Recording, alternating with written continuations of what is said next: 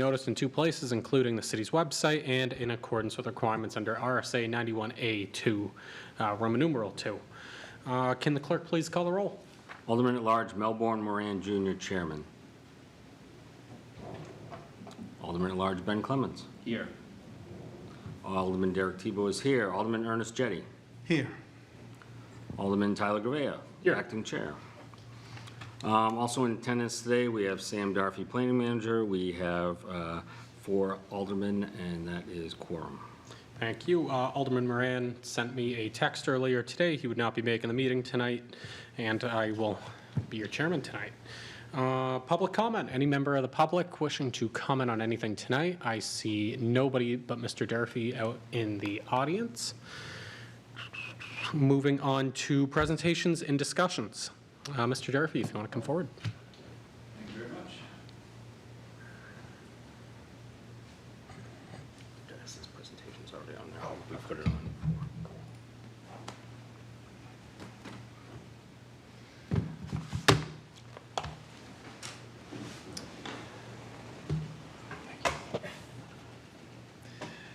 Well, good evening. For the record, Sam Durfee, Planning Manager. It is great to be back before you again for our 7th session. I'm sure you're all feeling very comfortable with the code at this point, can recite it line by line to your constituents. Well, this session is going to focus on use table, site standards, and time and interest permitting. We can do a little update to inclusionary zoning, as that was brought up before, and we've pulled on those strings a little bit more. So just to recap, here are all the topics we've covered, and we're obviously talking about use table and site standards, NIZ tonight. And we can also field some thoughts for future sessions a little bit later in this year. So jumping right into use table. So I want to start off with just a little history around some of our use variances. So looking back 5 years, 53 use variances, primarily for uses not permitted in districts. That's largely what we see. I think that as you look at what those topics really are, where you have a lot of commercial uses in residential, those are largely what I would typically classify as kind of neighborhood commercial, barbershops in residences that wouldn't otherwise permit commercial. We're not talking about typically significant commercial uses coming into neighborhoods. We do see some instances where multifamily was sought in single family and duplex or even commercial industrial lands. This is mostly pre-expansion of the MU overlay in a number of areas of the city. Some interesting some estheticians in beauty uses in industrial zones, just something that you would think should be permitted, but we hadn't done that. So that's a nice little data point for us to go back and kind of fix. And then we had some for daycare uses, and there was a legislative fix coming. There was a change in state law. We actually have submitted legislation to bring our codes up to speed with state law. And then a few other miscellaneous uses, but the bulk of them is really the uses not permitted in districts. Can I ask you a question? Yeah, by all means. Are these the ones that were approved? Correct. Yes. So these show all applications that were approved. Okay. Yes. All right. Yeah. Thank you, Mr. Chair. How many were not? Is it just the 53 minus the 45? I don't actually have that offhand. I know that this is the majority were approved. Majority. Okay, thank you. I think by quite a wide margin, actually. Okay. Yes. So why do we regulate uses? We have what would typically be called a Euclidean approach to zoning, where we separate uses. Typically good practice, heavy industrial away from residential, but as the history of variances have shown, there are some gray areas where there might be some appropriate mixing of uses. I think some of those neighborhood commercials in, those more neighborhood character-defined areas of the city. But we currently have a use table that is 293 uses long, which is quite a lot, and there's a whole bunch of those that we've never seen, never used. So we really want to simplify that. So we're proposing about 125 uses, and the idea is that these would be organized into categories. And I can show you a good example of that. But the idea is, with the creation of categories, it frees us to say, okay, a new use comes in. It's not explicitly in the use table, but if it's easily put in one of the categories, we can then proceed and treat it as such. So this is a snippet from our current code. Bike sales and repair, books, magazines, cameras, photographic supplies. All of these are kind of like the retail sales of consumer goods, so you can just call it that as a category. However, there are some instances where there are uses that, while may fall within a specific category, do require further regulation.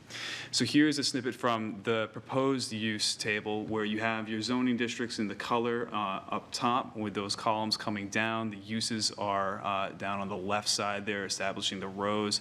The bold text, so educational services, maintenance or repair services, those are the use categories.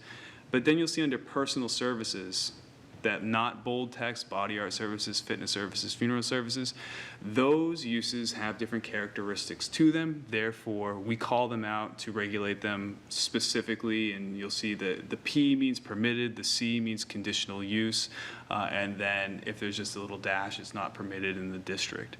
So based on the character of certain uses within a category, we shift where and how they are permitted and regulated throughout the city. Question for you. So looking at the chart here, like, for example, I'll take funeral services, because that was one that, I had to deal with in Ward 1 for about a year.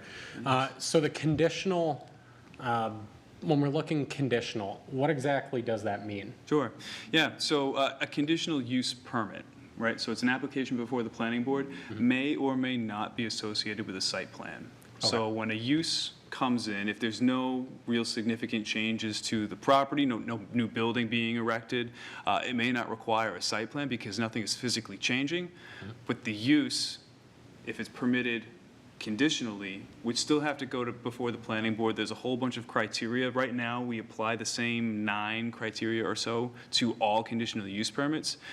We recognize those 9 criteria. While generally quite broad and cover most of the bases, there are instances where other uses may require different questions being asked, right, and being considered.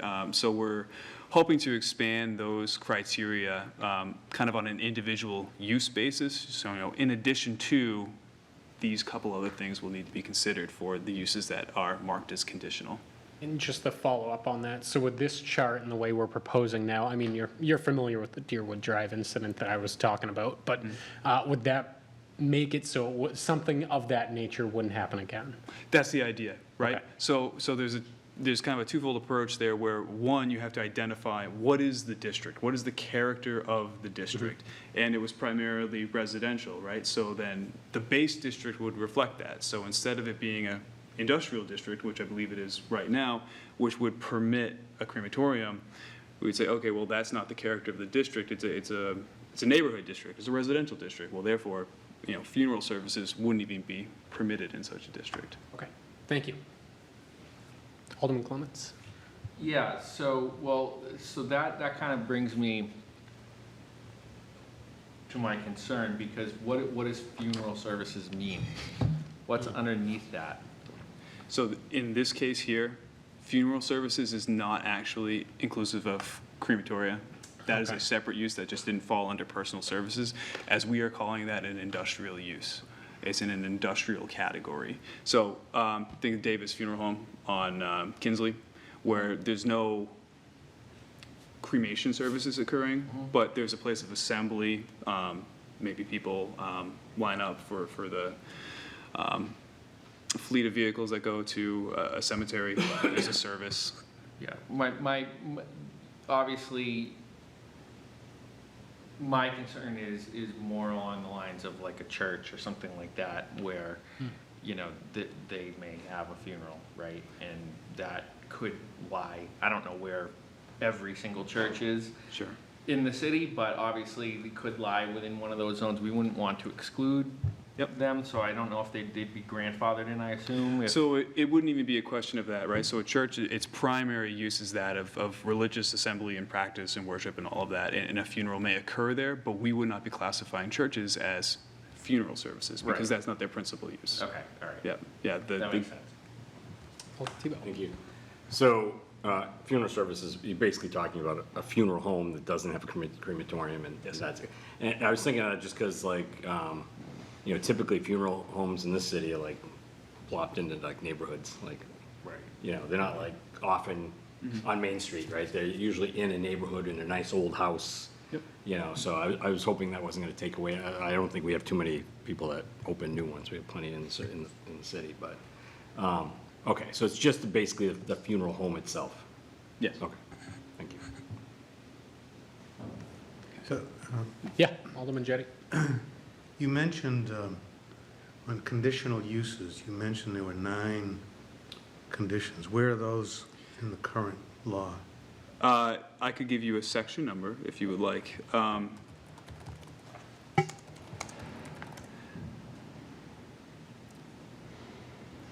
Essentially, these are part of our approval criteria. The conditional use permit approval criteria are found in section 190, 133, specifically enumerated in subsection F. And there are I'm none. sorry, did you say 191 or 190? 190-133 F, as in Frank. Okay.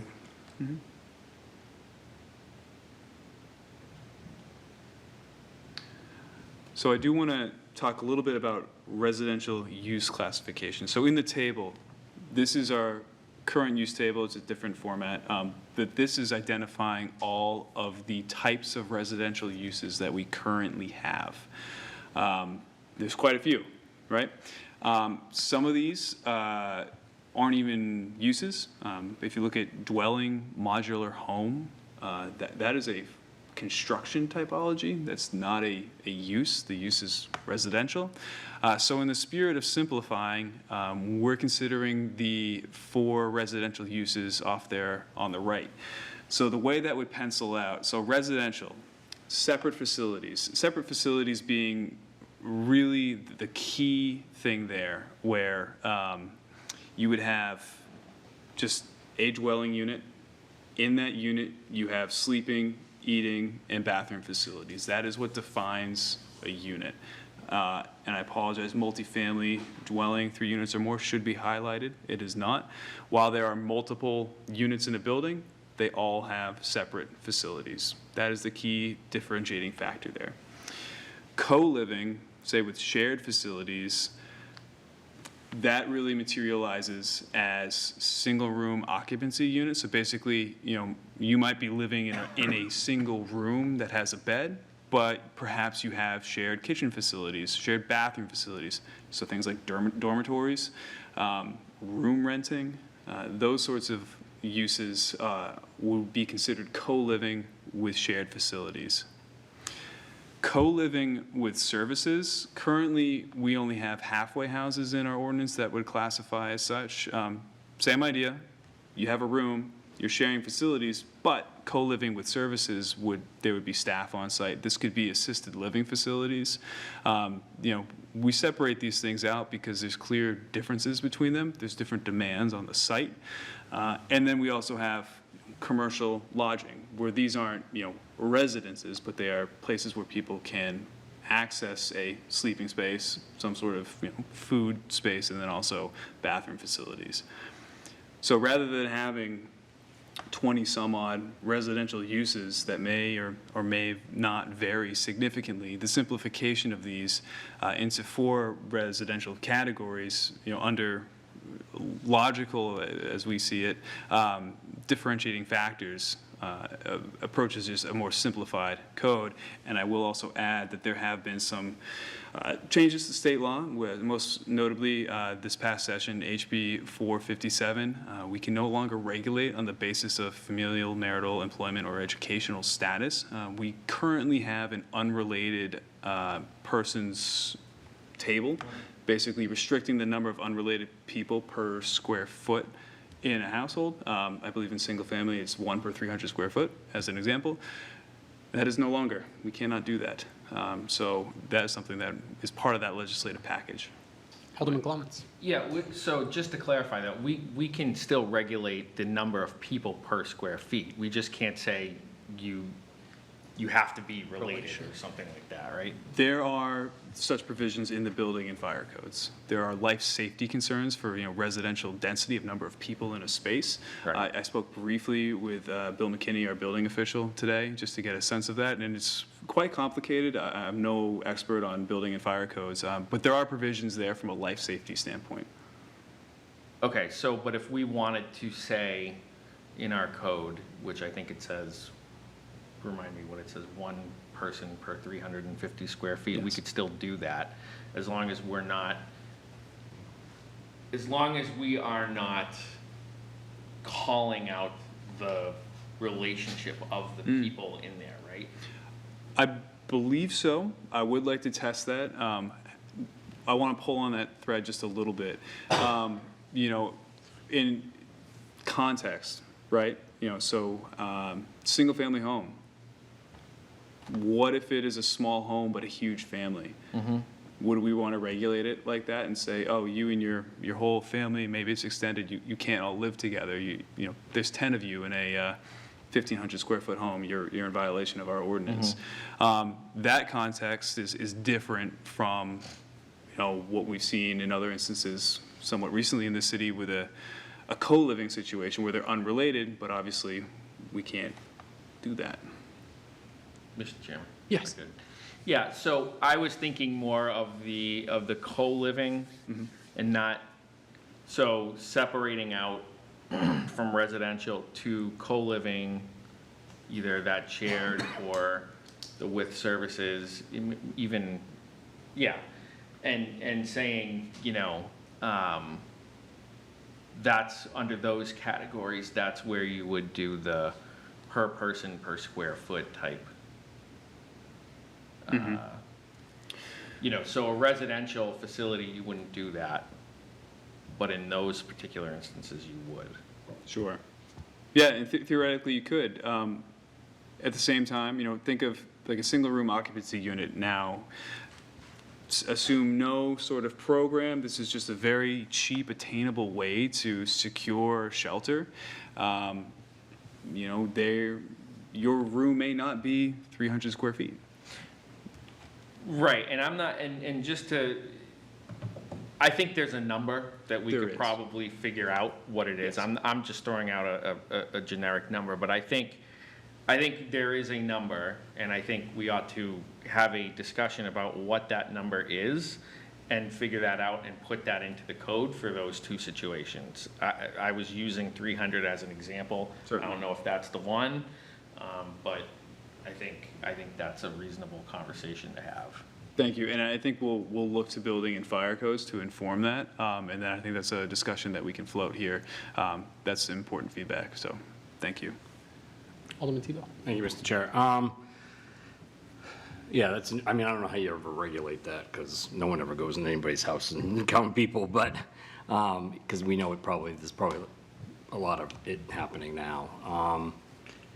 Hotel, motel, bread and breakfast, lodging, does that fall under those same guidelines? Obviously, the marriage part or the related part doesn't matter, but we must have standards for how many people we can put in one of those. I guess it goes by the fire code, I would guess, right? That's actually a lot more clear in the Okay. building and fire codes. Outside of like single-family residential, as you move into the commercial side of fire codes, that is very cut and dry. So much so that I believe even in our current code, we don't really even approach it. We do have it in our unrelated persons table, but I think we're well covered by building and fire code. Just follow up. So I look at the tourist homes, right? So, hey, you decide to do whatever it is, whatever they call it, loan out your house for, touristy things and, Term rental. yeah, you fill it out with 50 kids or whatever, 50 frat kids. Obviously that's breaking that kind of law, I would think, right? But you can't really, how do you regulate that? There are ways to regulate short-term rentals. Okay. You know, if we were a North Conway, I would imagine that we would be very interested in regulating such things. Yeah. We're not a tourism-driven economy here in Nashua, for Yet. better or for worse. And Yet.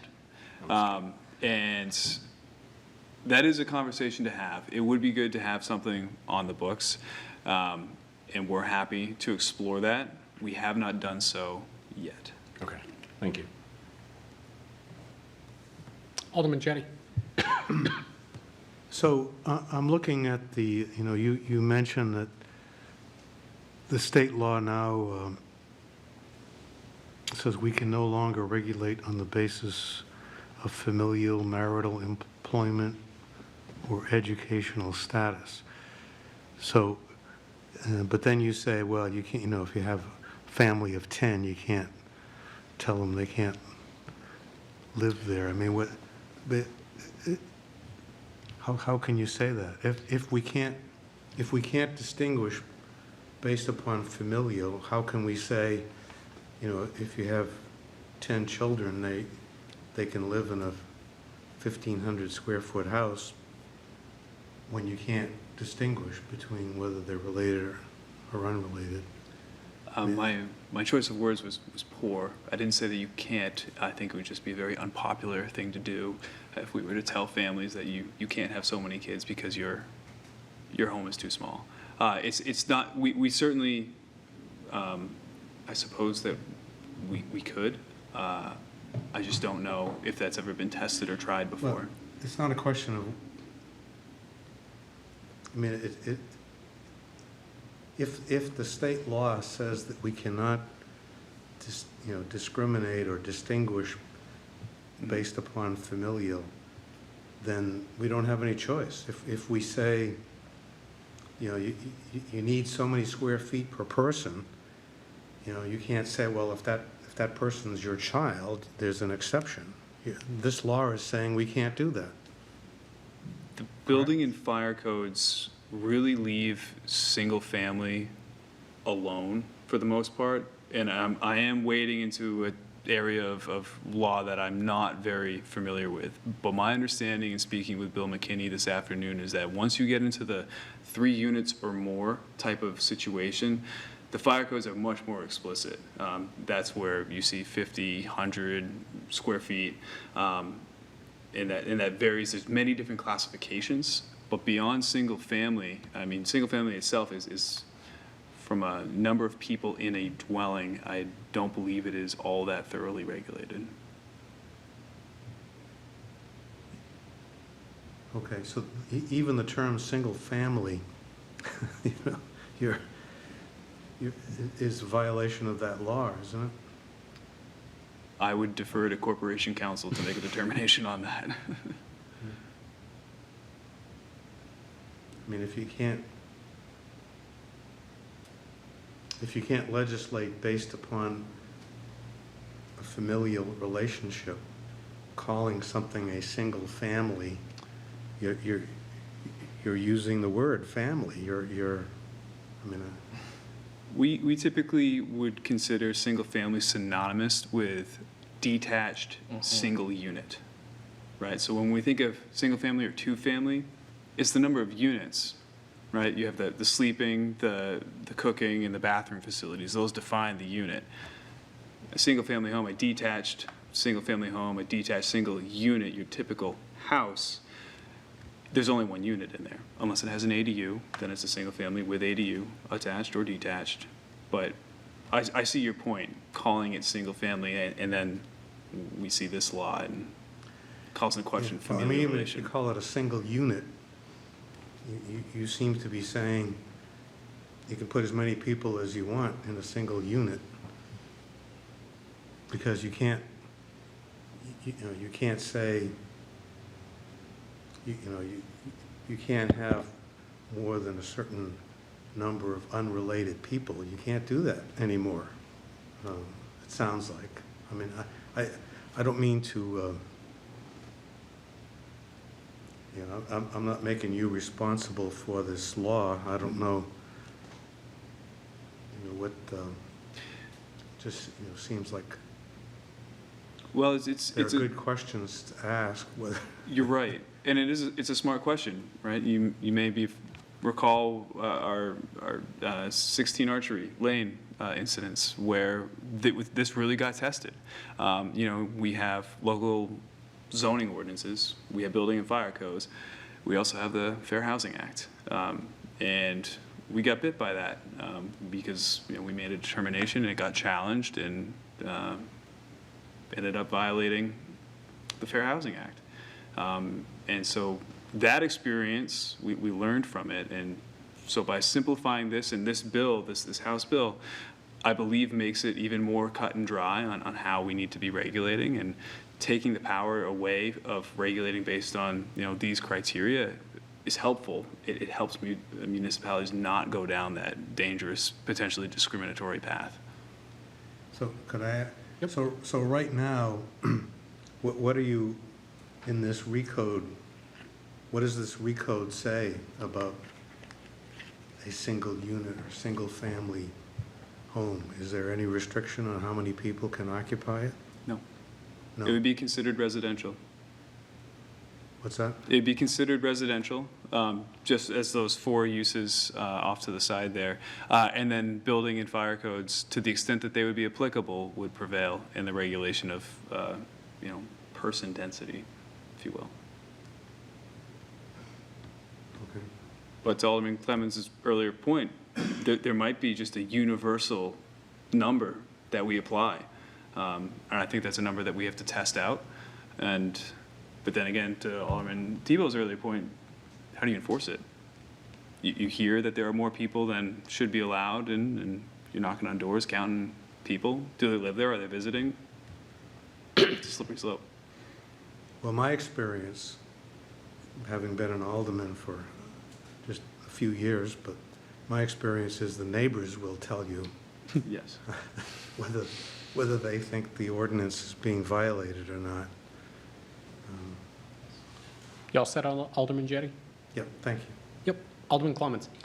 Thank you. So let me ask you, through you, Mr. Chair, do you think that with this code, the archery lane situation would have been different because that house would have fell under either the co-living with services or the co-living shared facilities?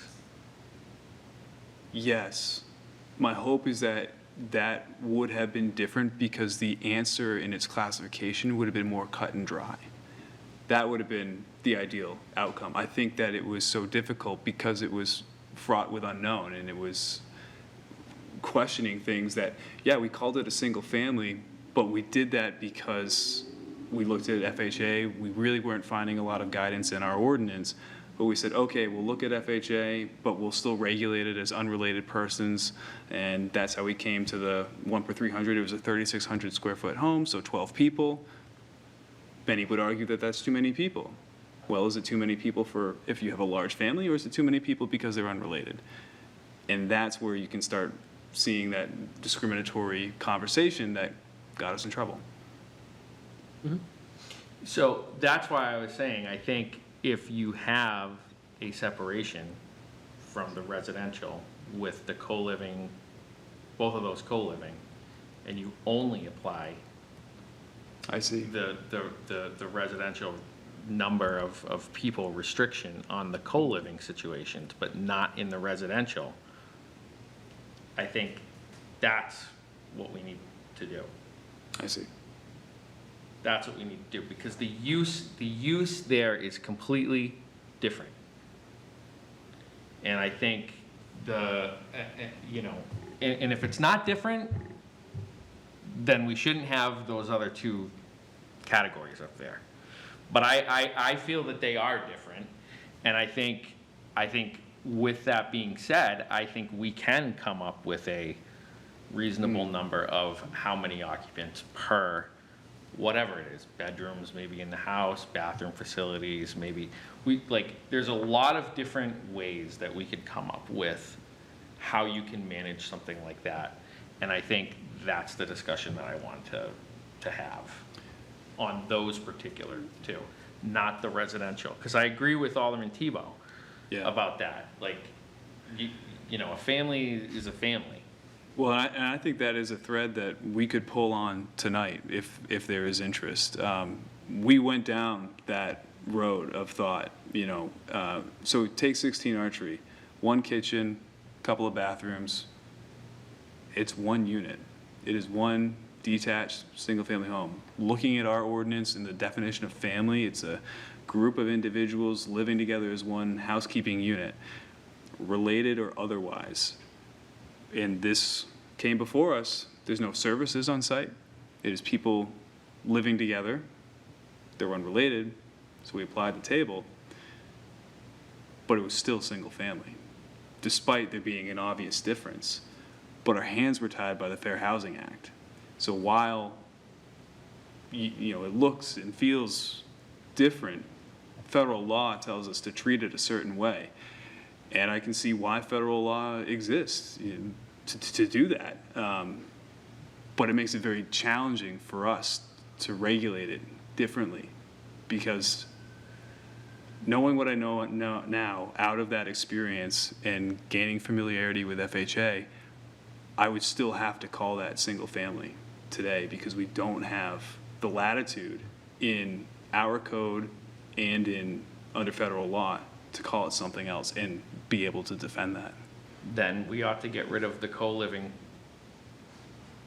If we can't separate out those, in other words, if you're telling me that due to federal law, we're unable to separate out somebody who wants to come in and start a business, because let's face it, that's what it is.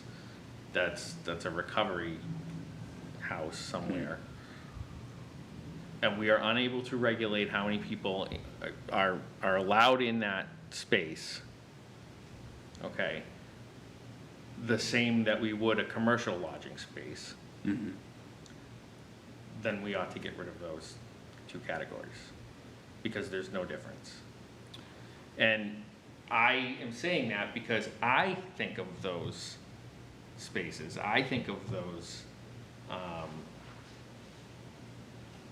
recovery houses as businesses, because that's what they are. They're owned and operated by somebody who is collecting rent from those folks for a purpose. And the purpose is recovery. And that's fine. And and I don't mind that they exist. I have no problem with that. But as far as being able to regulate them from the standpoint of we are only going to allow so many people per whatever the thing is in that house, because, for the purpose, because it's a business, then we need to have a greater discussion, and I think we're not prepared to have tonight. Mm-hmm. But I think, in my opinion, that's more commercial. It's more under the. It's a very gray area, but I think there is a clear purpose for that, and I think we ought to look at that, because I am of the opinion that they are separate categories, and they should be regulated differently. Right. I would have to agree with Alderman Clemmons here, because I think when I'm looking at what separates a commercial business from like a residential or co-living is, like you said, there's a mission behind it. And the mission, the service they're providing is treatment. Well, if you're providing a service, you're now commercial. I mean, in my mind, you're commercial. But I think that also opens up a path of, well, if I owned a duplex and I just rented out to two families, used to live there, then moved somewhere else, I would also start to think that's also commercial, because I'm collecting that rent and providing the service of housing, and there, in most cases, it's for profit. You're profiting off of rents based on market demand.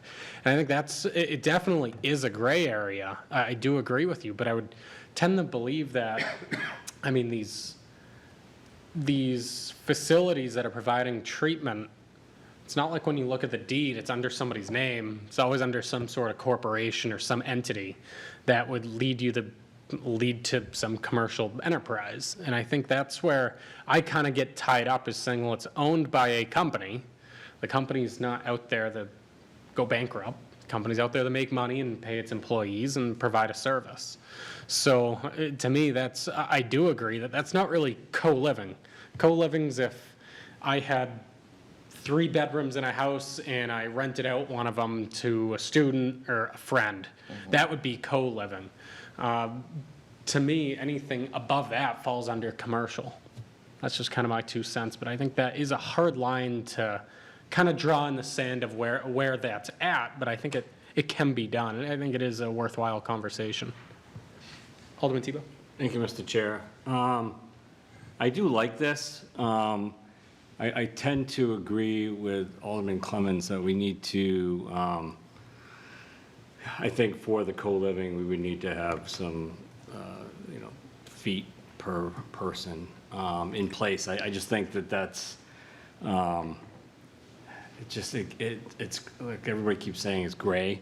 I mean, a condominium is for profit. Some company owns condos and that's profit too. They're not all co-living like shared services and stuff like that, but you can look at any of those things except for maybe a house somebody owns and say that somebody's profiting off it, maybe other than the person living there. Halfway houses is weird because of the reasons they say. That's just a weird situation. It's different than most of those other ones that are in blue. Dormitories could kind of be that way. Schools making profit off kids co-living in a space together. But just renting a room that has the same facilities, not necessarily that way either. So there's some in there that, in my opinion, might move around. This whole family thing, there was a Manson family. You can have, you can call anyone your family. Like, hey, that person over there is my family. Like, it's a hard thing without telling people to start taking out birth certificates and going, this is my uncle, this is my, So I think that's going to be, I think we got to do it by person, at least for the non-residential. What are we doing with camping trailers? Do we have how many people can be in a trailer? It's not probably footage at that point, right? It's just how many kids can you fit into a trailer, camper? No, that's an interesting one. So I don't know. I would have more conversation about it, but I think I like it. I want to go with a footprint, and I don't know if we look at halfway houses a little differently, just because they're kind of unique in a lot of ways, just because the situation they're in. You don't want to, if it's for profit, you don't want them stashing 40 people in a 20 people place just because they want to get, profit. I'm not saying they're all like that, because they're probably not. Most of them probably aren't. But if you get that one shady person that wants to do that, we don't really want that happening, so. Sure. Alderman Jennings? Is it possible that the distinguishing factor is not the fact that people might be, paying, there might be, one person that's the nominal owner and everybody's paying that person to live there? Is the distinguishing factor that, that there's some other service that's being provided other than residential? Yes. The ability to sleep there or whatever. I don't know. It's Yes, and that's why we have halfway houses called out differently. In our code, halfway houses, there are services being provided on site. There are staff that come in, they check in, there might be medication administration, there's all sorts of, and it could be assisted living facilities. That's why we have that co-living with services. But this has been really good conversation, and I appreciate all these points, and they all resonate. I've heard these before. They make a lot of sense, and we're very constrained under federal law and now state law with what we can do, and it's not easy, and I think that we have a lot to think about, and we try to find those common characteristics that we can use as defining different ways of classification, and what defines a unit, that's one of them, right? kitchen, sleeping, bathroom, okay? There's one thing, one common thing that we can use across all these as a defining factor. Owner occupancy is another one, right? You know, so it seems like there's a line where, yeah, if I'm renting out some of my rooms to people, not family, maybe I have a lease agreement, maybe I don't. You know, maybe that feels a little bit different than someone who has a business and a home and just, they don't live there. So I think we have a number of strings that, you know, I've written down that we can pull on and try and find a way to regulate this in a way that achieves what I believe I'm hearing this evening. Great. Okay.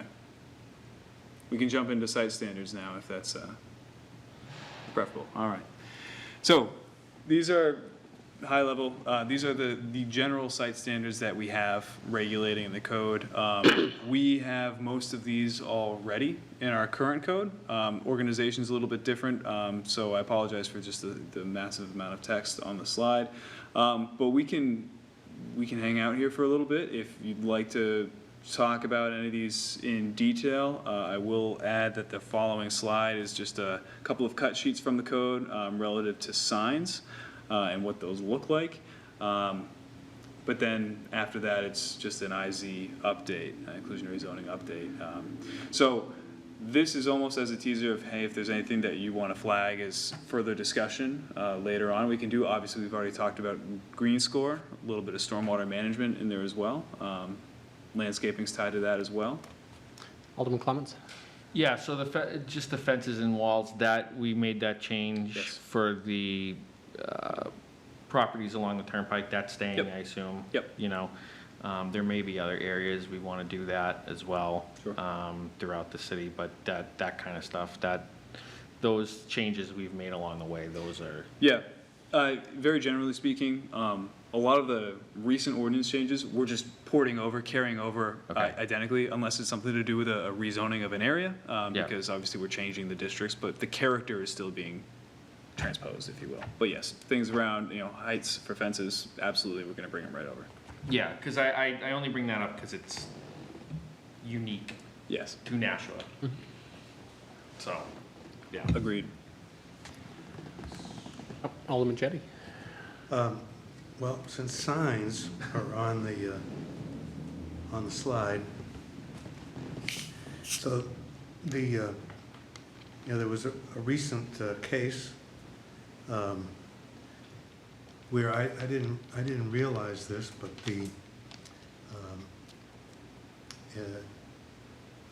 when the zoning board was looking at a sign, the staff advised the zoning board that, you know, I can't remember all the details, but like, you know, in our current ordinance, it talks about ground signs. And ground signs, you know, are defined as, you know, signs that are on, you know, a supporting structure, which I thought described, you know, like two posts in the sign. But the staff advised the zoning board that, you know, if, for example, in a residential zone, the maximum size of a sign is 10 square feet. And the staff advised the zoning, and the request was for a sign that was 3 times that size. But the sign is on a structure, which is like, I don't know, 10 times that restriction. And the staff advised the zoning board that they couldn't consider, you know, the maximum size of the sign was limited to where the lettering is. So you could have a sign, you know, that says, you know, Attorney Jettie, and as long as the lettering part is, you know, is within the 10 square feet, you could have, you know, a structure that is 100 square feet, that, but, but they don't consider that. So it just struck me as, frankly, didn't make sense to me. But that was the ruling. And so I'm thinking that, personally, I think, that we ought to, if we're going to restrict the size of a sign, it ought to be the whole structure that's being restricted, not just where the letters are. I mean, you could, and so I'm thinking that, the wording of that ordinance ought to be, visited, because I'm sure, you're not making this stuff up. You're just looking at the ordinance as it reads, as you read it. Mhm. And so that's how you determined it. So I'm thinking that there should be some clarification so that it's not just the lettering, it's the entire sign. Mhm. Sure. Let's just look up on this example on the left, right? So the awning sign. There's text that's on the valance, there's text that's, on the main body of the canopy. Canopies can be all sorts of sizes. So Alderman Jetty, with what you're saying, is the entire canopy is the sign, not just the text. Well, I don't know. Are there building regulations that would regulate the size of the canopy? Yeah, there would be. Yeah. So I'm talking about a ground sign, which Sure. is, But the concept's the same, right? So you have the text and you have what the text is on. So what I'm hearing is that it's not just the text, but everything that is attached to the text is structurally supporting is also part of the sign. but I think I can easily distinguish between a sign that is on an awning or a building. Those aren't ground signs. A ground sign is a freestanding Yep. sign. It's not, there's a different part of the ordinance that regulates what's on a building. A ground sign is separate, Mhm.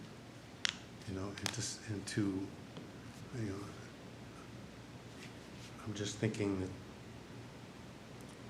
to ignore the structure, I mean, shouldn't we be regulating the entire structure, not just the letters? But I hear your point. I've worked in other communities. It is basically standard procedure. You regulate the text, right? The text is what makes something a sign. We've seen this, art, very subjective.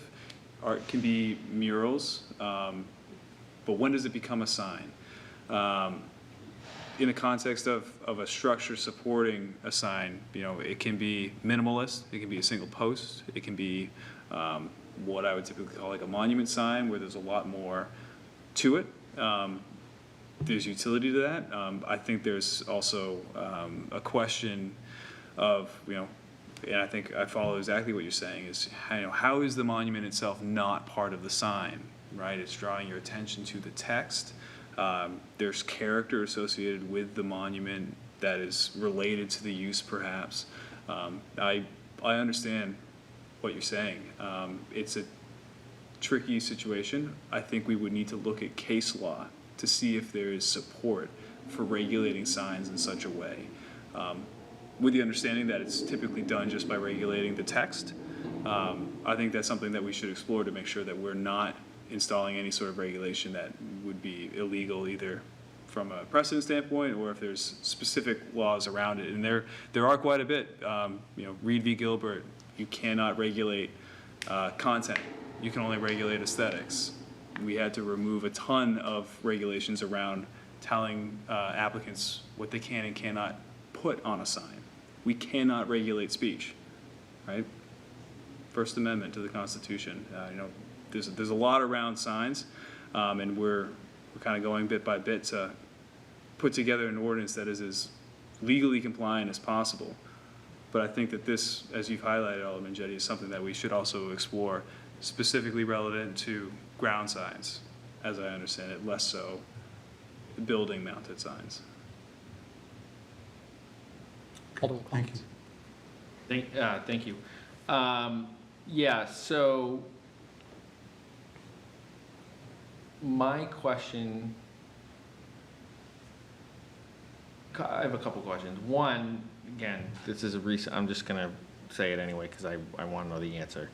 I know that during COVID, we changed the use code for umbrellas to make sure that they were exempt from the sign category, and I want to make sure that that remains. We don't want, No. it's a business tax, is Yes. essentially what that is, by not allowing it to have, like, you know, Coors Light or whatever. Yep. You know what I mean? All right, so that's staying. They are Correct. exempt. Yep. Okay. My second question is in regards to this. How do we define what is a sign versus what is art? Is it that it's an advertisement for something? Essentially, yes. Okay. Commercial speech, if you will, though that itself is kind of a fraught term, but generally speaking, yes. Okay, so if somebody wanted to do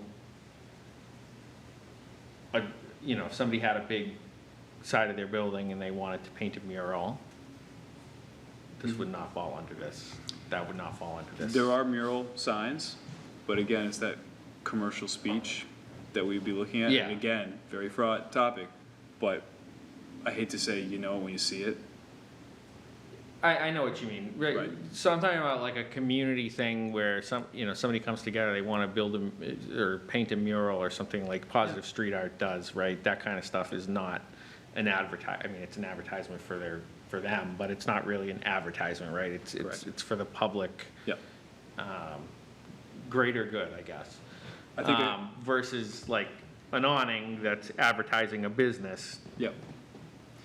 If I may provide an example, I'm sure you've seen in other historic downtowns with brick buildings that still have remnants of large murals on the side of the building advertising, you know, flour or Coca-Cola, you know, whatever. Those would be mural signs, where it's clearly painted on there, it's Okay. advertising something. Yeah. But that mural that's in the Santander Bank parking lot, you know, there are words on it, but it's not advertising something. Right. Yeah. So the milliard chimney stack will be all right.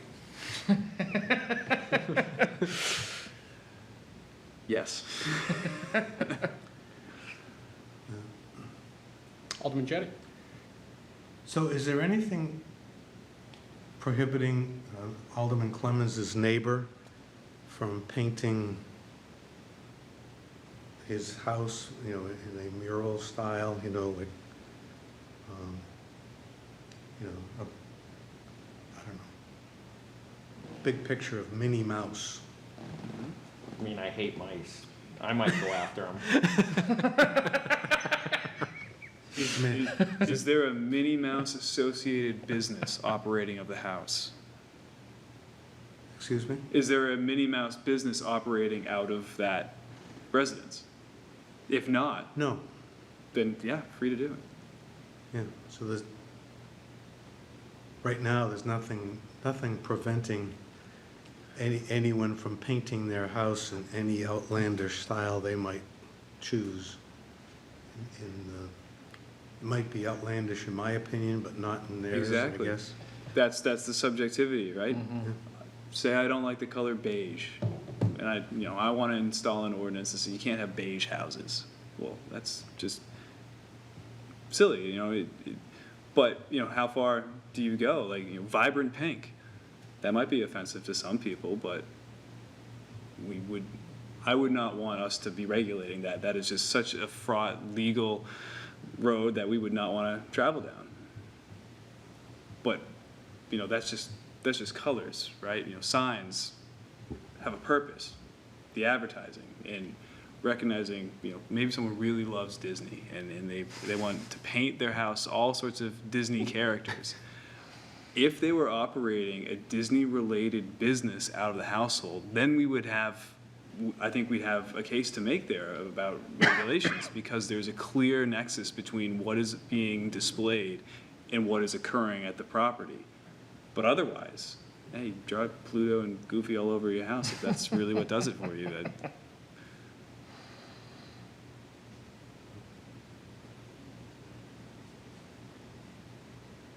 All right. If we want to talk about site standards or signs further, we certainly can. Otherwise, we can jump into an IZ update, which I'll try and fly through, but there are a lot of slides. Alderman Jettie, this is your bread and butter. You got anything? No, I just wanted to, bring the point up about the structure on which a sign is located. And, Yep. And that is something that we need to explore. So thank you for that. okay, thank you. Okay. So when we talked about inclusionary zoning, we heard a very clear preference that we want to see IZ units, affordable units, built on-site when they're required as part of a development.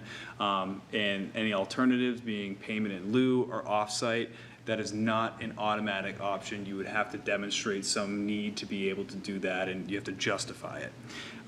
We talked about penalties for noncompliance, so we're going to explore some of those. And there was also concern about the concentration of low-income housing in certain areas of the city and the perpetuation of that. So we'll explore 3 approaches for payment in lieu, off-site, and penalties for each, and let's get right into it.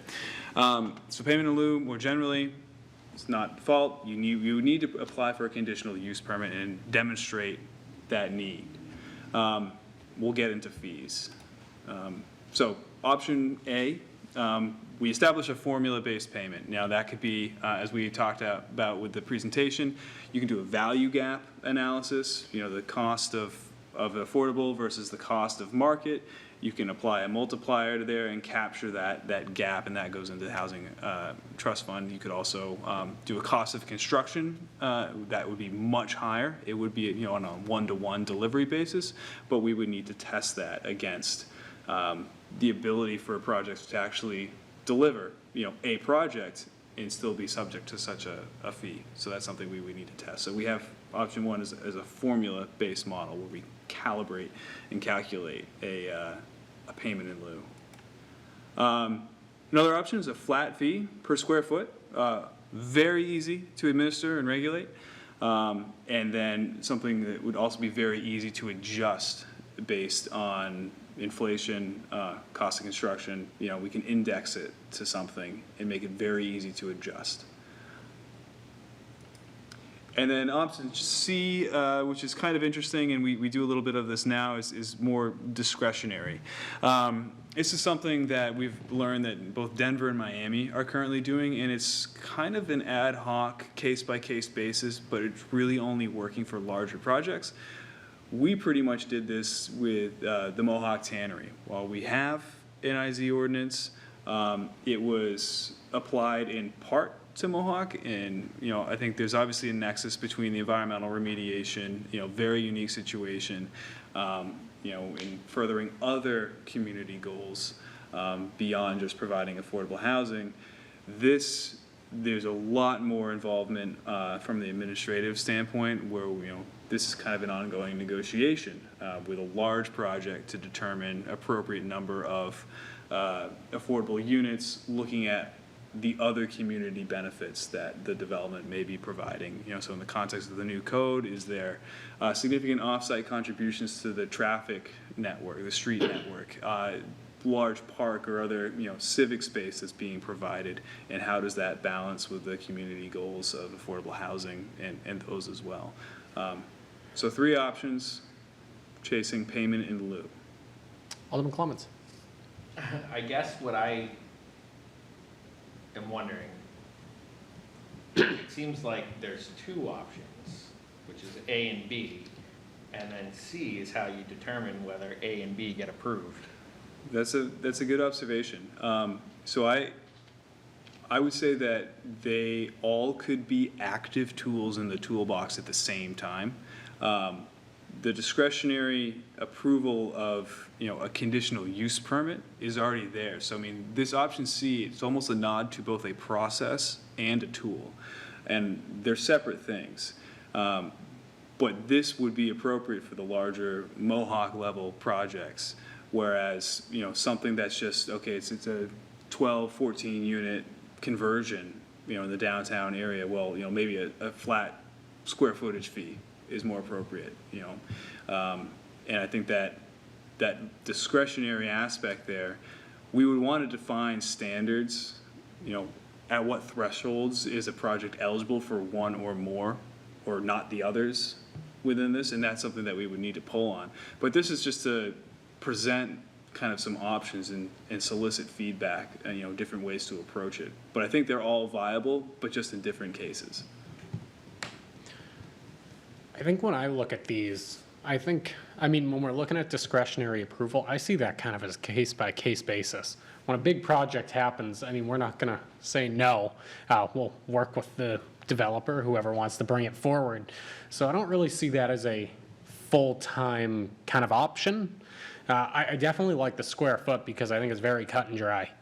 That's just, you're taking the price that we come up with, you're multiplying it by square feet, and you get a number.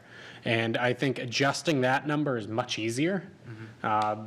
As we look at what the cost of building is, I think that one kind of streamlines the process more. And looking at this, I don't think we would want to do discretionary approval on every project. I think that just would be a logistical nightmare, in my opinion. Alderman Clements. Yeah, well, but to that point, though, and I thought you mentioned, though, that it would be discretionary no matter what. So in other words, There's a first level of discretion you have to get through, and that is the conditional use permit to even allow a payment in lieu, right? Because first option, we always want to see units delivered on site as part of the project. However, for whatever reason you can't do that, you go through the discretionary process of a conditional use permit, and then we're presented with these three options of how we handle a payment in lieu. okay. So, all right, can you go back to the first option A? Yes. I can go back for it if you want. The first option you said? Yeah. Sure.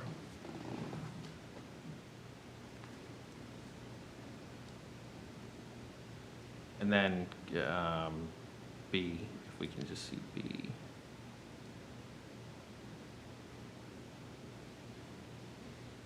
See, I guess I agree with Alderman Govea. I don't like A, because A, to me,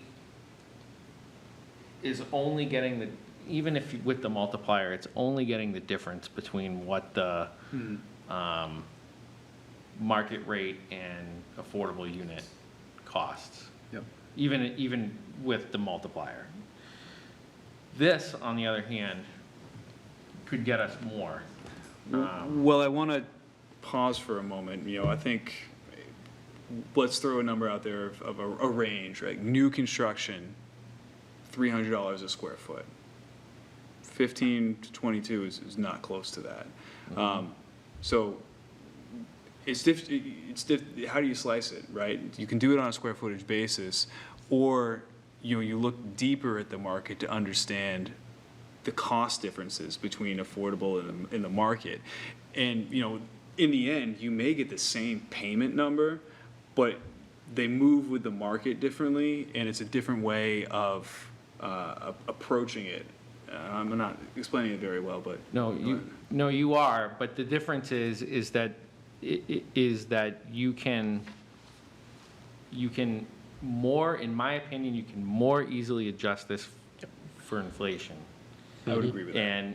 And yes, you are looking for the cost difference, right? Because that's what you're gonna subsidize, and I understand that. Right. But this is I think, more easily predictable. You can look at what those cost differences are. You can add in a future index, if you will, of where we think inflation is gonna go, who knows, in the next Sure. few years, right? Yep. And then you can adjust based on that in, every 5 years or so, you can go back to the table and say, okay, it's time to relook at this. But I think overall, I think this is I wouldn't even offer option A if it was up to me. I okay. would just do this or, and up to a certain size, Yep, and then C. yep. Understood. And Alderman Gouveia, I know you expressed some concern about C. The reason why we would want to have it on the books as an option, because, say, well, of course, we'll work with you. Well, if we don't have the legal authority to do Oh, it. no, I'm not saying so that's- we go against it. I think we have to have it. Okay. I'm thinking, just on its face, I'd rather push towards option B. But if we have a big project and they want to bring to the table and figure it out, like, let's have at it. Right, But I so- do think, sorry, if I Go can ahead, just yeah, continue a please. second. So just looking at even this price, 15 to 22 per square foot, I mean, I have no problem with really raising that amount. If building's gonna cost 300 a square foot on a good day, I mean, if we were charging in the hundreds on a square foot, I mean, the point of this isn't to make it cheaper for the developer, it's to make affordable housing in the city of Nashua. And if that can help our trust fund or our expandable account, forget what it's called right now, off the top of my head. If that can bring more money in by having it a higher per square foot, then I'm going to be in favor of that. To me, when we look at payment in lieu, it's not to get a nice discount and not provide low income. If you're charging market rate, fine. I mean, sure, the developer might take a little bit of a hit on it, but they're recovering it back by doing full scale anyway. Yeah, and where we end up on a number on a per square footage basis is going to be the result of testing, right?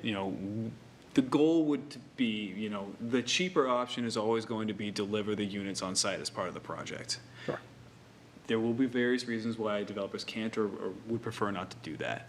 So then this number would need to be reflective of that cost plus a little bit more. Yeah.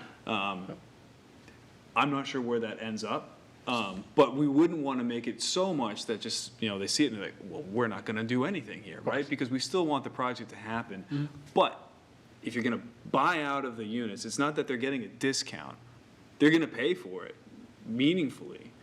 But we want to make sure that the project still happens and there's meaningful amount of money going into the affordable housing. So I guess where's that 15 to 22 per square foot coming from? They're just being pulled from other markets throughout the nation, averages. So if building is 300 a square foot and we're proposing that 15 to 22, how does that become even?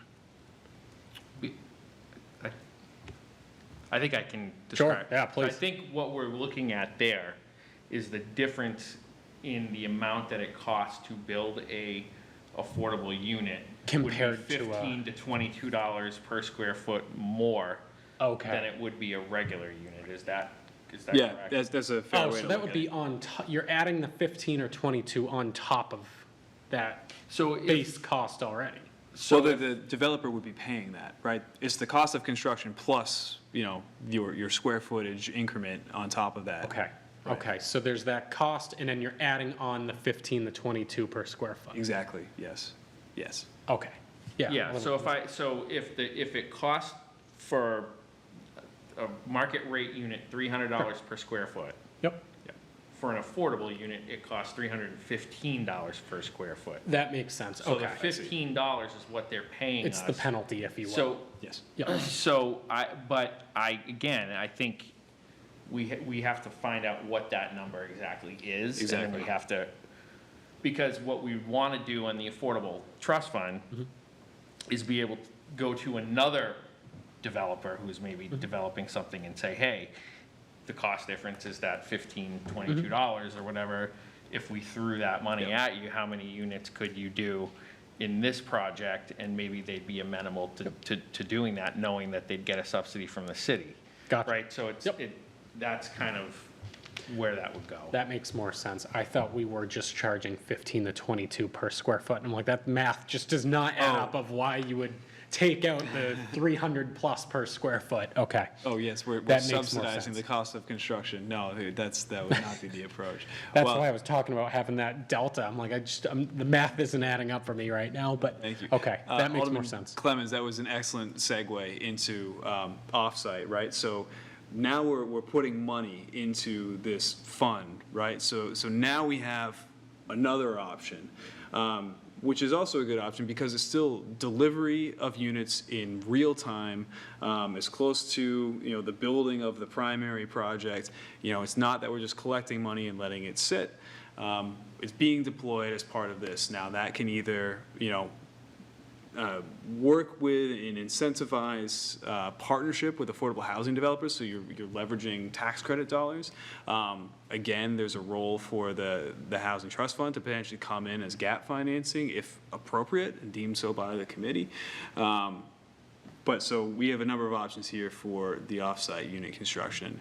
Option A is really just like we remain strictly, you gotta build on-site.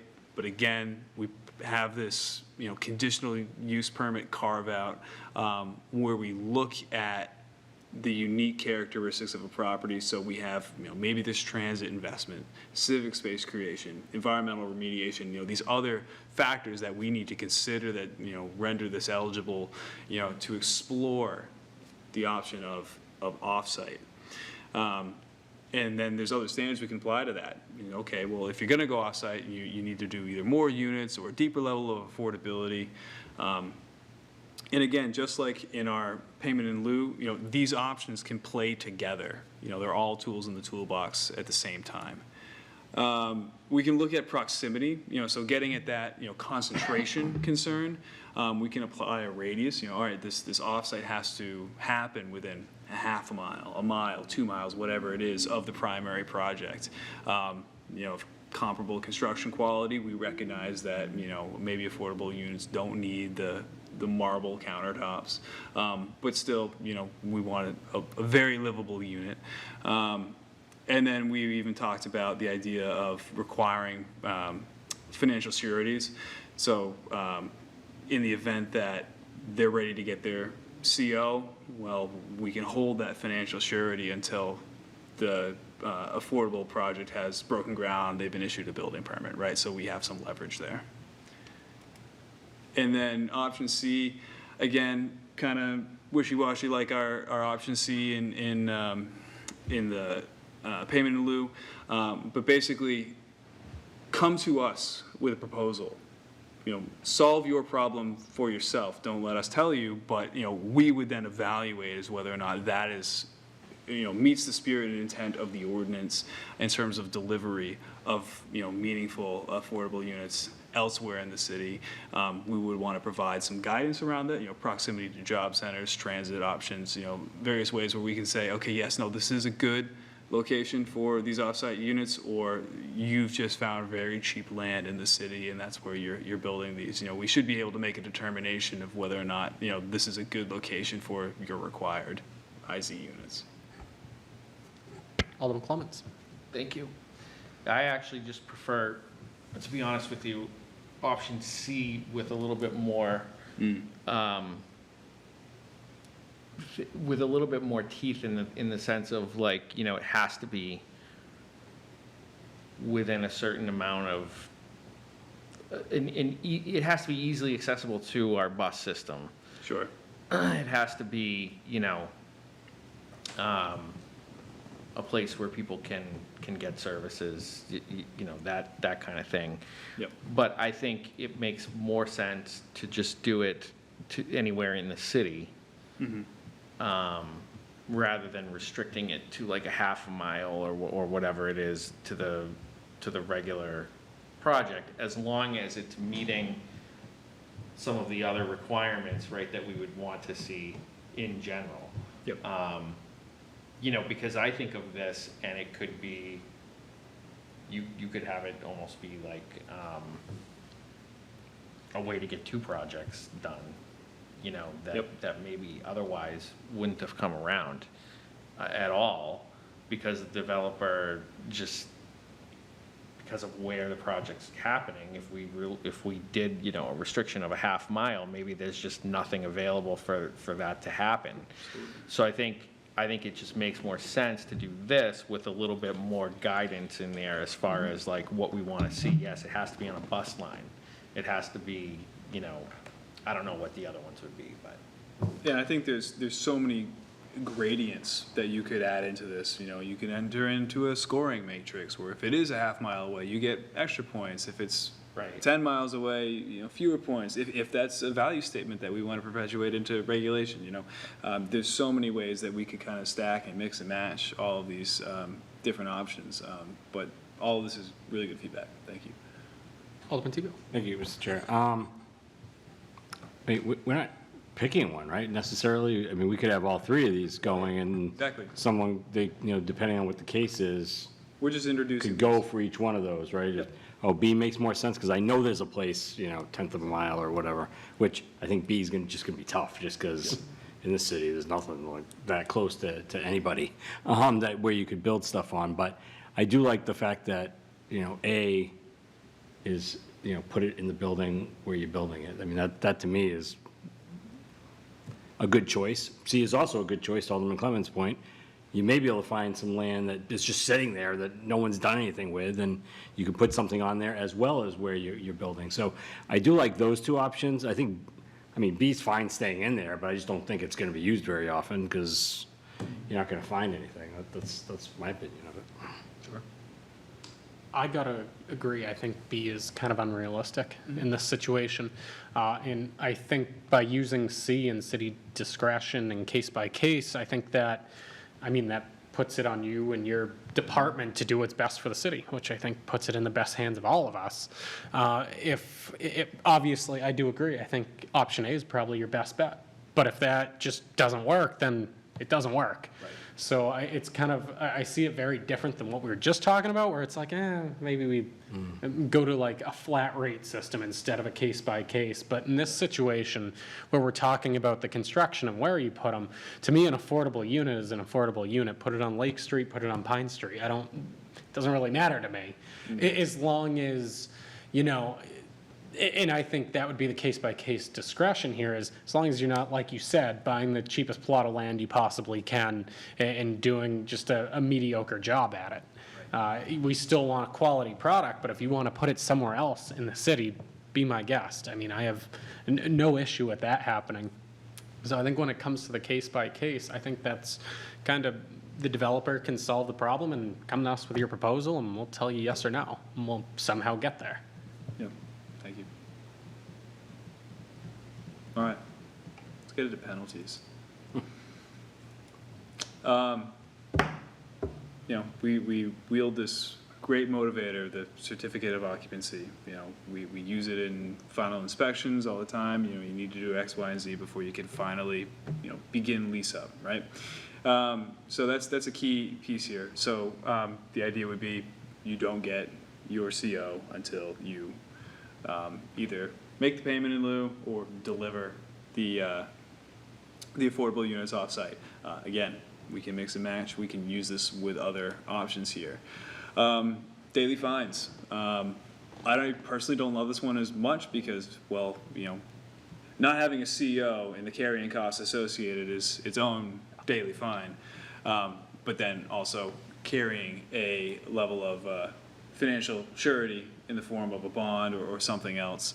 You know, we hold that at building permit, and then we release it at CO. We can adjust the timeframes. Basically, we need to be holding cash at some point through the process to ensure that they deliver on what was approved from the planning board.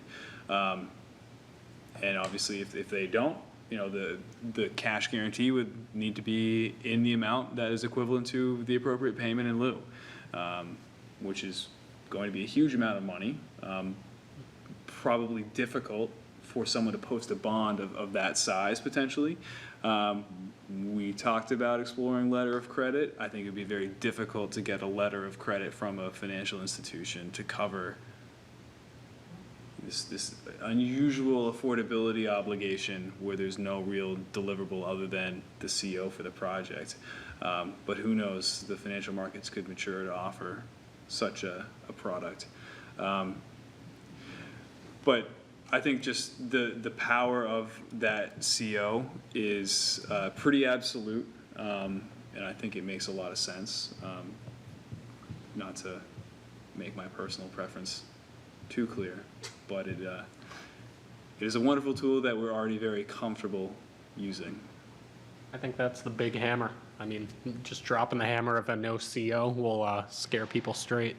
Then I guess I'm okay with option C as well. I mean, if they can somehow come up with the money and they want to hold it until they finish, then by all means. So I kind of feel like threatening with option A, settling with option C, and see where they come from there.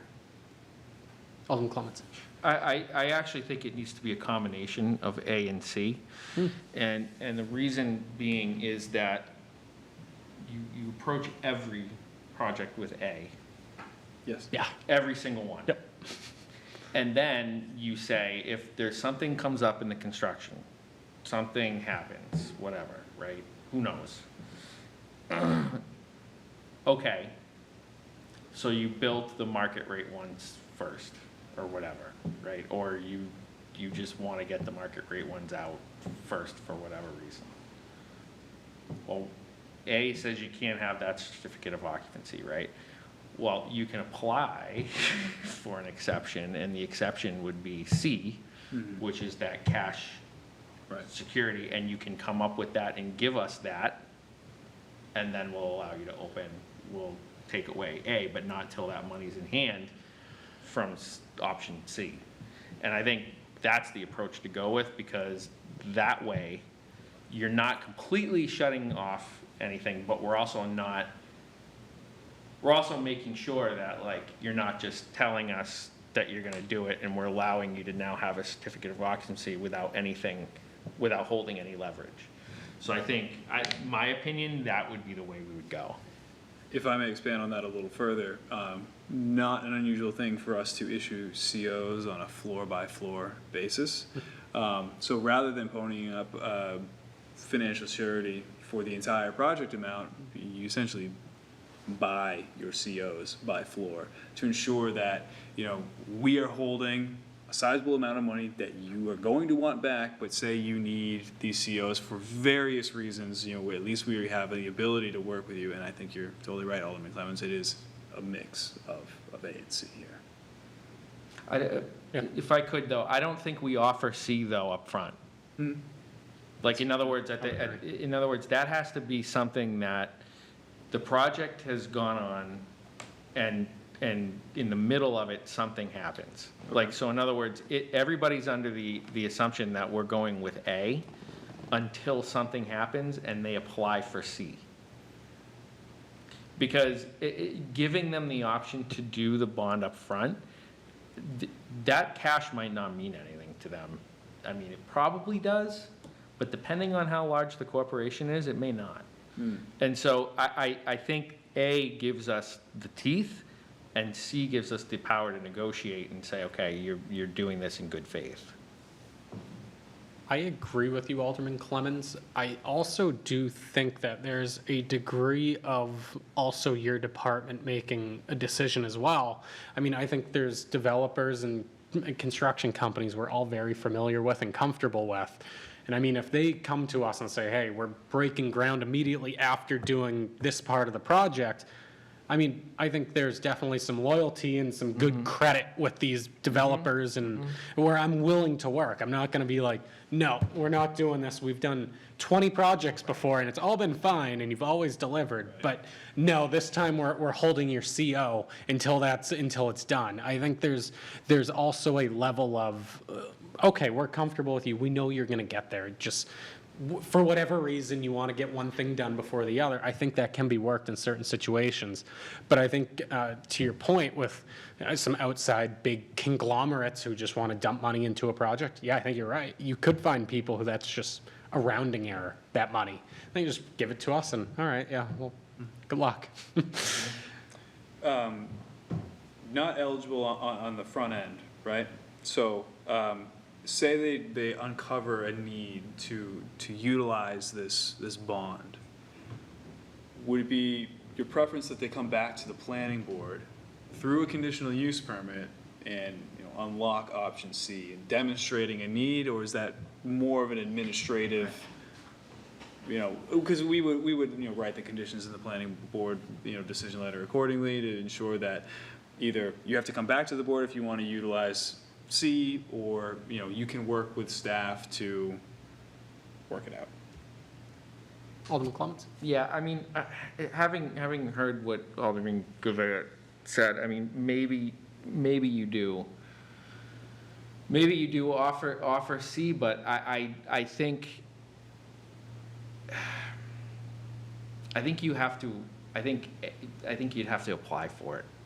Okay. I think you should make them have to apply to use that option if they want to use it, whether it's at the beginning of the project or Whatever.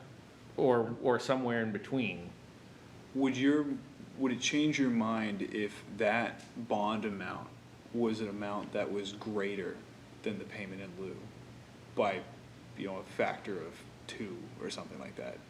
Where you're paying a premium for that option. I think really getting at the large project, it's a rounding error, mitigating against that concern. You have the luxury of proceeding with getting your CO, but in the end, you're paying double what the payment in lieu would have been. I mean, I don't think anyone, regardless of size, would make such would see that as a reasonable approach, and they would obviously say, okay, no, we'll get underway with the affordable project before we ask you for CO. Just trying to find where the lines are. I think having thought about this, I think you apply for C if you want to do C. You go and get a conditional use permit for C, or you proceed with. You don't have to do anything if you proceed with A. Thank you. Alderman Clements, a question for you. Do you see this as an administrative procedure or a board procedure? I don't know. I personally think I lean towards administrative personally, but I could probably be swayed either way. I think if we bring it administratively, it will go quicker than, we True. meet again in 2 weeks. Let me see what the board wants. Oh, and then they table it, and then we're another 2 Yeah. weeks out. Yeah, So yeah, I think yeah. I see it a little bit more administratively. We Yeah. have a 6-week lead time on planning board applications, so I would imagine that. That could add a So lot of yeah, bureaucracy. I'd say administratively. Okay. Alderman Jettie? So a couple of things.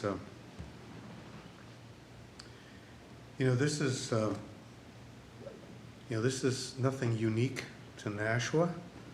I mean, there are places all over the country that have dealt with this.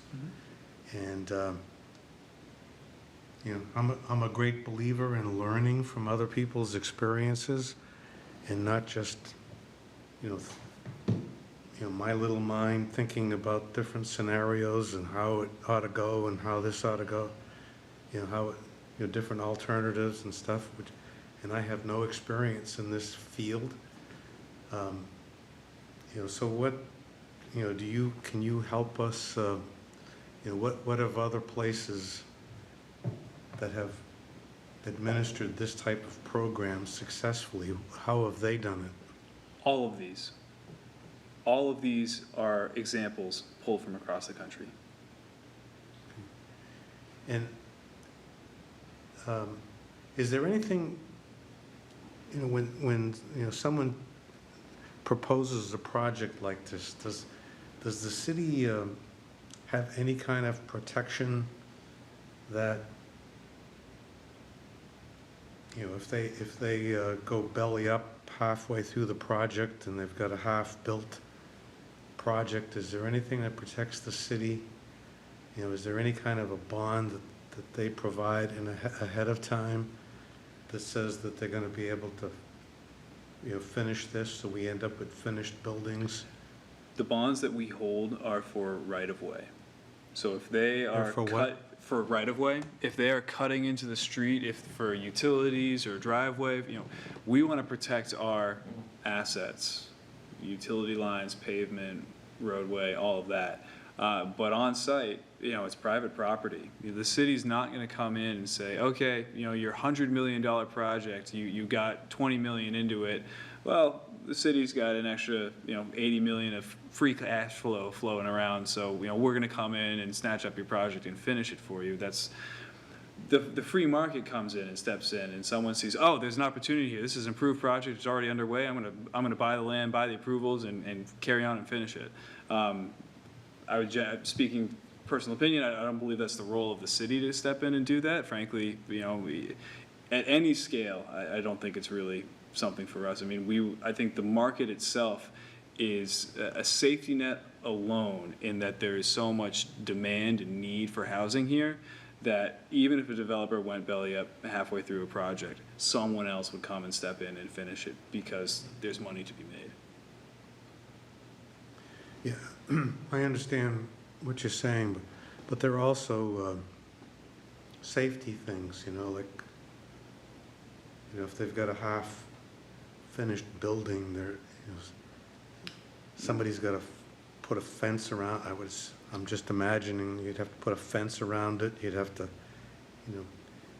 keep it from people wandering in there and falling into a hole and that type of thing. Well, the fence is one of the first things you put up at any job site, and our building inspectors are constantly monitoring projects while they are under construction. So in a perfect world, and I'm sure this is the situation that we experience day to day in Nashua, where a project is underway, there is an inspector that puts eyes on that almost every day, if not every day, and safety issues like what you're talking about get flagged before they become a real problem and present a hazard to the public. Okay, thank you. Alderman Tebow. Thank you, Mr. Chair. I always have questions after Alderman Jettie asks his. For example, there's a big hole over at the Boys and Girls Club right now, but there is a fence around it where they're building the new court there that we approved. So his question about the different cities that had these, and you said all of them. So when you looked at that, is there a city over here that just does A? City over here does B and C. This city does all three. Is there one that did all three, or they're all that way, or?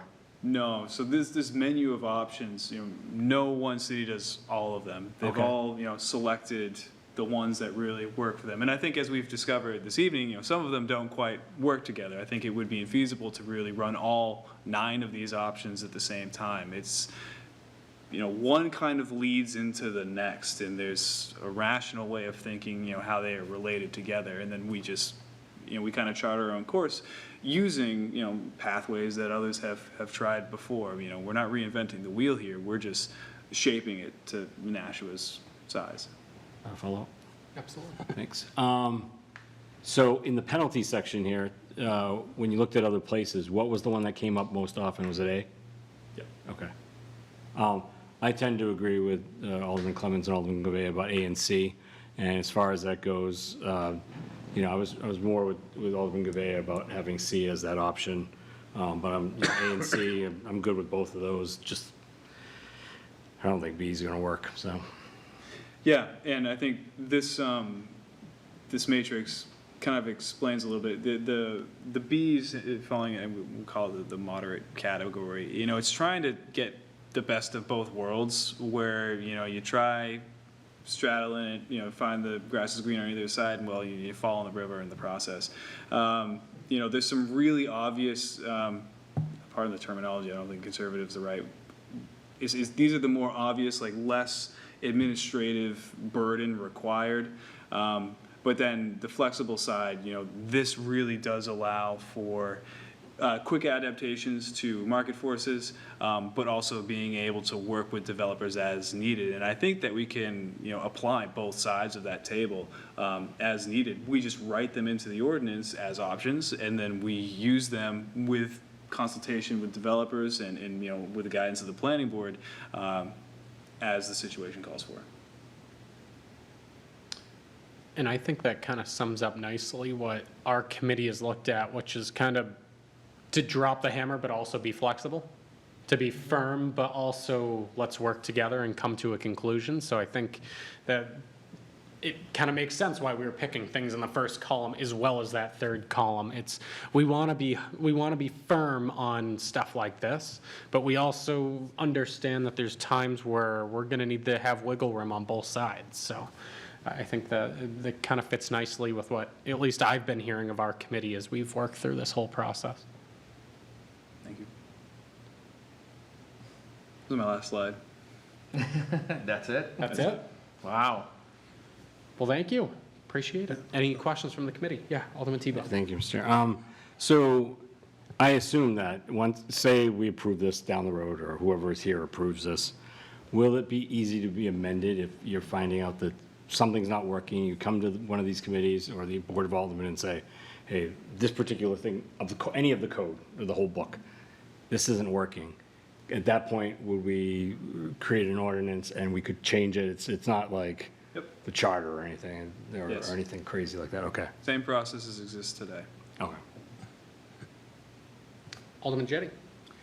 So, speaking of payment in lieu of, are we doing anything, I mean, I've heard it said that the payment in lieu for sidewalks, you know, there's really nothing wrong with that, it's just that the amount that we're charging is too little.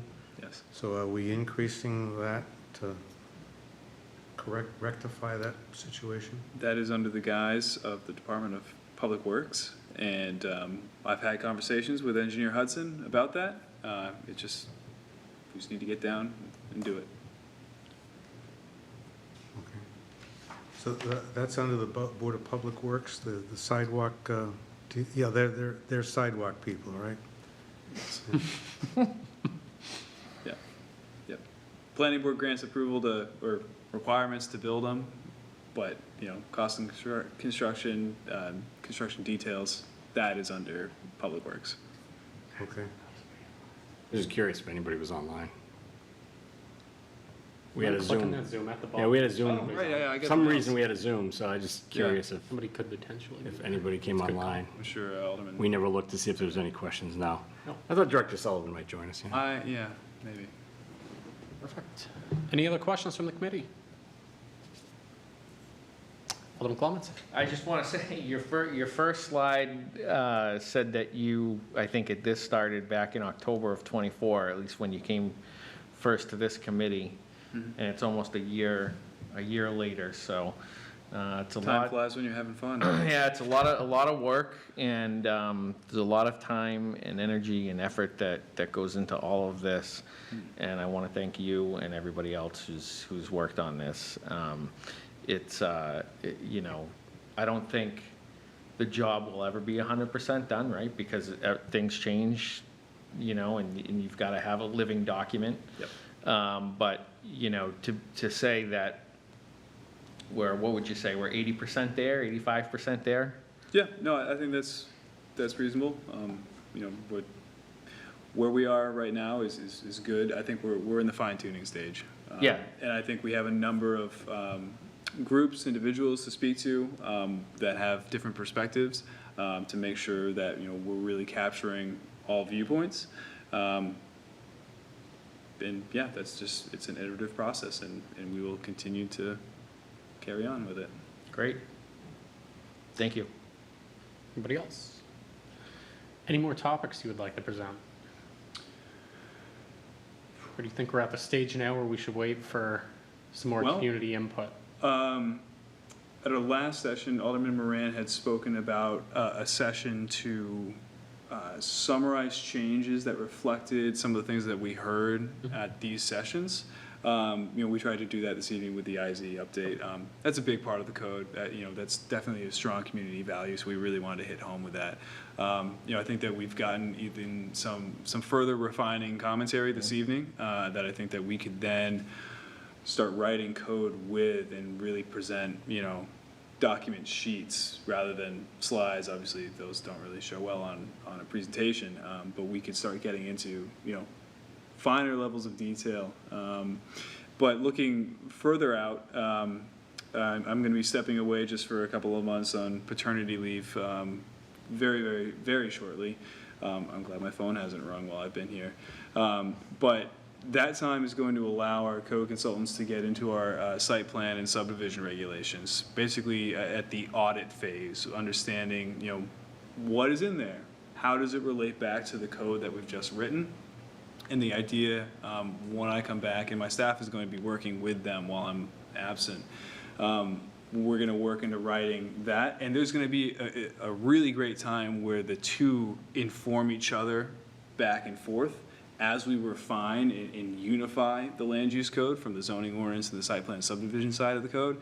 And then the idea is we will bring them together as a unified, land use code Q1 of next year, run it through the adoption process, and hopefully we'll go live July 1 of next year. That coincides with a number of other state laws that were passed this past section but go into effect then.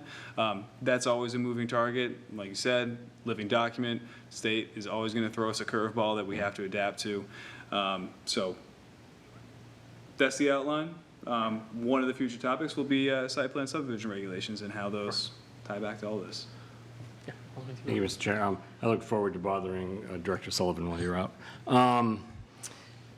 So this slide, this will go to Donna, right? And Donna will put it in the meeting notes for the week so we can access it. Okay, thank you.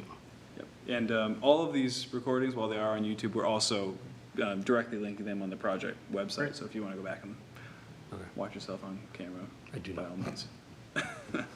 So if I think what I'm hearing here is we probably, unless we have legislation in this committee, and I'll bring this up with the chairman to see what he wants to do, we probably won't meet in October unless we want to bring up another topic. We won't probably be meeting on this, is what I'm saying.